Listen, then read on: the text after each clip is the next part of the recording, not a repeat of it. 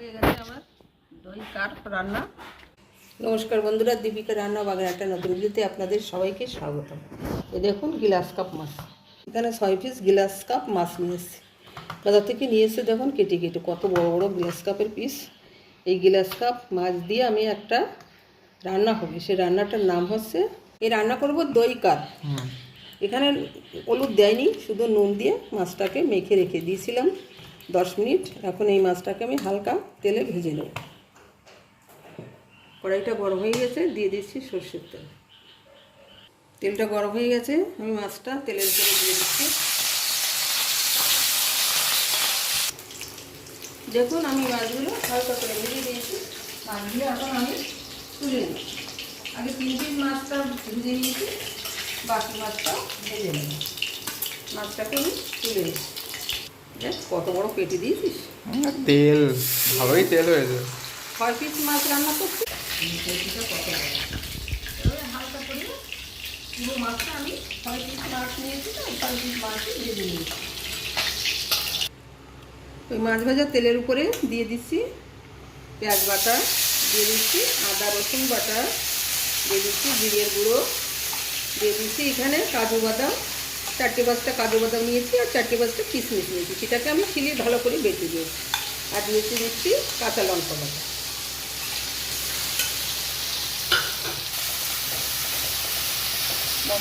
মশলাটা আমি ভালো করে কষে নেব। মশলাটা ভালো করে কষার জানি এই প্লেটটা ধোয়া মশলা ছিল, এই প্লেটটা ধুয়ে আমি জল দিচ্ছি। দিয়ে দেবো স্বাদ মতো নুন। এতে আমি হলুদ ব্যবহার করছি না, যেহেতু আমি দই দিয়ে রান্না করবো, তো হলুদ দিলে কালারটা অন্যরকম হয়ে যাবে, সাদা সাদা ভাব থাকবে না, তার জন্য।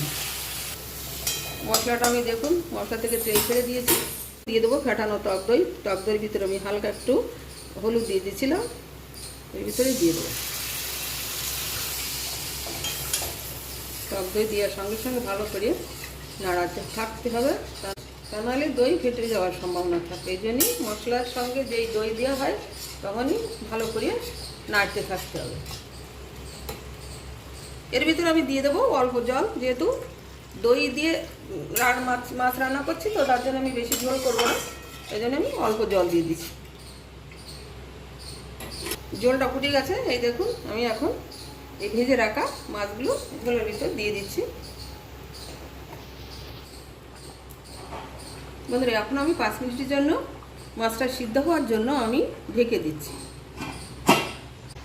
বন্ধুরা এই দেখুন, আর একটু জল কমাবো না, এরকম থাকবে, আর একটু কম ঝোল। আর একটু কাঁচা লঙ্কা দেবো, একটু চিনি দেবো, ধনে পাতা দিয়ে আর একটু ফুটিয়ে নেবো। এখানে দিয়ে দিচ্ছি স্বাদ মতো লাল চিনি,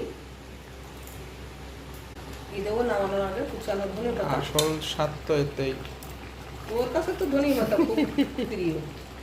ধনে পাতা আমার বাবা খেতে চায় না, আমার কর্তা আবার ধনে পাতা পছন্দ করে না। আর দিয়ে দেবো চিরা কাঁচা লঙ্কা। কাঁচা লঙ্কার সুন্দর একটা গন্ধ বেরোবে, খেতে ভালো স্বাদ আসবে। আবার একটু ঢেকে দিচ্ছি, যাতে কাঁচা লঙ্কা এবং ধনে পাতার ফ্লেভারটা মাছের ভিতর যায়। 5 মিনিটের জন্য ঢেকে রেখে দিয়েছিলাম, ঢাকনাটা তুলে নিচ্ছি। কি সুন্দর একটা গন্ধ বেরিয়েছে, সুন্দর গন্ধ, গন্ধটা খুব সুন্দর হচ্ছে।